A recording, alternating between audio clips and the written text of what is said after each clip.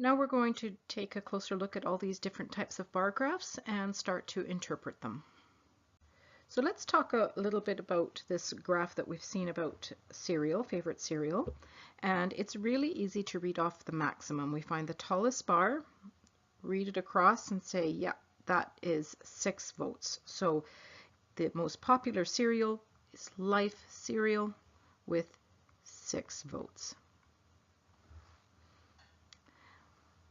The other thing that we can get off of a bar graph is the total number of votes. So what we do is we go to the top of each bar and measure. So that one is 4, this one is 2 high, this one was 6, and this one was 3.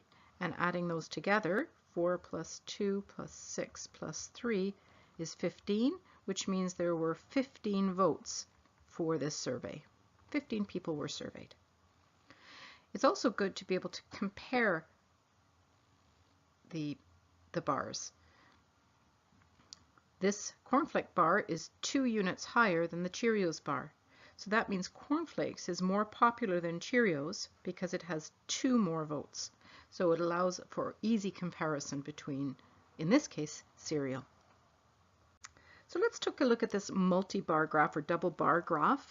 It comes from Stats Canada, and it's about the percentage of population that is between the ages of 14 and younger and ones that are 65 and older. So it's comparing the senior citizens to our teenagers. And if you notice that in Nunavut, for example, there are a lot of teenagers.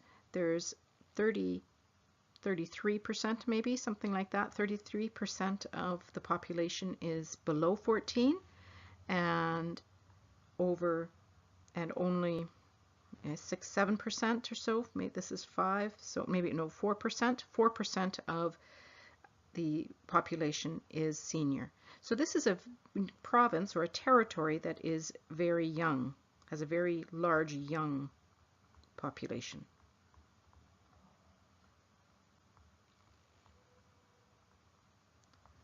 Compare that to Newfoundland and Labrador, where the seniors, which is the dark blue, are much bigger than the teenagers. So this chart is a way to compare the population that is older and the population that is younger. So let's take a look at a couple of specific questions related to this bar graph. Which province has the highest number of seniors? So seniors again is in dark blue, so we're looking for the longest bar or the biggest bar in dark blue. And looks like there's a tie here for these two. There's the tie, 20%, but it's for Nova Scotia and New Brunswick. And which province is the percentage of seniors and the percentage of teenagers the same? Well, we talked about Nunavut already. Nunavut, it's the biggest difference probably. The ones that are the same is where the dark blue and the light blue are the same length. And there's none that are exactly the same length, but in Ontario, it's approximately the same length. There's just a little difference. And actually in Canada as a whole, it's pretty close. So, but here it says which province. So the province that is the closest is Ontario. And how do the percentage of seniors in BC compare to the national average? So this question is asking, let's compare BC to Canada, which is the national average. What's the difference between the number of seniors? Well, if I draw this line down as straight as I can, notice that the number of seniors in BC is a little bit bigger than the national average. It pokes out just a little bit, so it's probably 1 or 2% higher in BC. Now, how could the government of BC use that information? Well, the one thing it can see is that the seniors in BC, there's more seniors compared to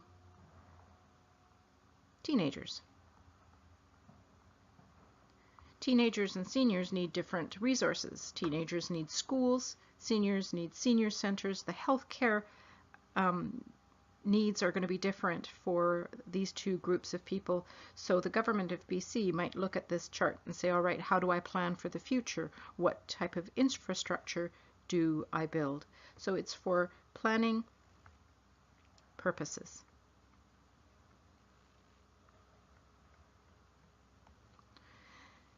So how many teenagers are there in Nunavut? So we're back to Nunavut, and there's a lot of, the percentage is large, 33%. But we can't actually calculate how many teenagers there are without knowing the population.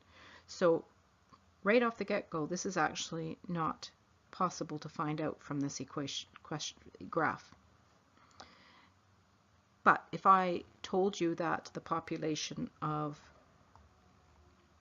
Nunavut was about 113,000 people, then we can answer the question, because what we're looking for is 33% of 113,000. Change the 33% into a decimal, so 0.33 times 113, and I get approximately 37,000. So there's 37,000 teenagers in Nunavut. But that wouldn't have been answered, you could not have answered that without this extra piece of information. So if you were traveling to, wanted to do a big road trip after you graduate from high school and you wanted to travel Europe and you were on a budget, it might be interesting to look at how much it costs to be a tourist in different countries. And that's what this graph is about. When you travel, there's accommodation costs for staying at hospitals or hotels, there's transportation costs, and you want to do something, so you've got tourist, entry fees into museums and such, and then you have to eat. So this colorful graph divvies up the cost of a day in a country by category. So let's explore this graph by following a couple of questions.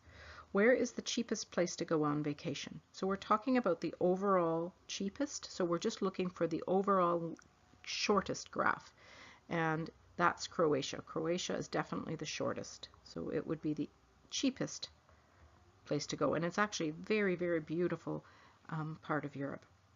Where would you spend the least on transportation? So transportation is red, so we're looking for the smallest bar that is red, and Croatia has a very small bar, and Belgium.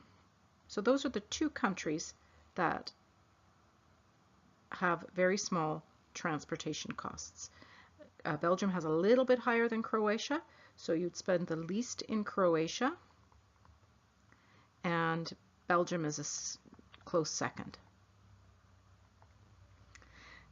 Next question, how much would you spend in France compared to the United Kingdom, which is called the UK, and why? So the why part is something that we want you to, the answer is not going to be the same for everybody, but the first part we can read off the graph. How much would you spend in France compared to the UK?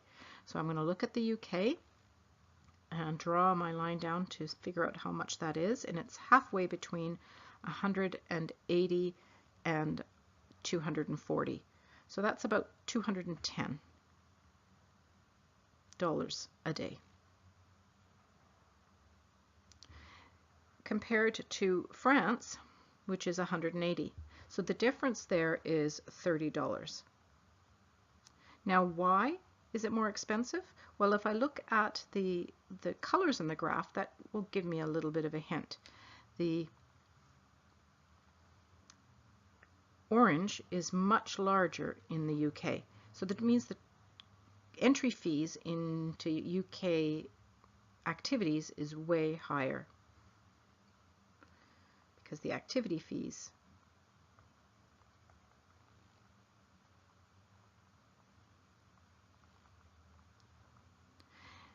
now there are some assumptions we're making with this. We're visiting the UK. If we stay in London, that's very expensive, where we want to see the Buckingham Palace and Madame Tussauds and all those things. Those are very expensive. If we go to the countryside, it might not be, and we really don't know where this information is coming from.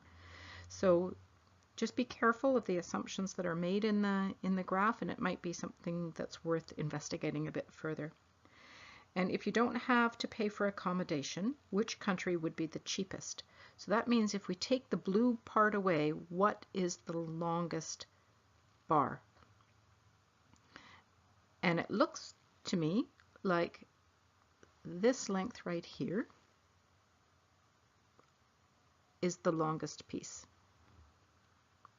It comes very close to Germany, is also pretty long.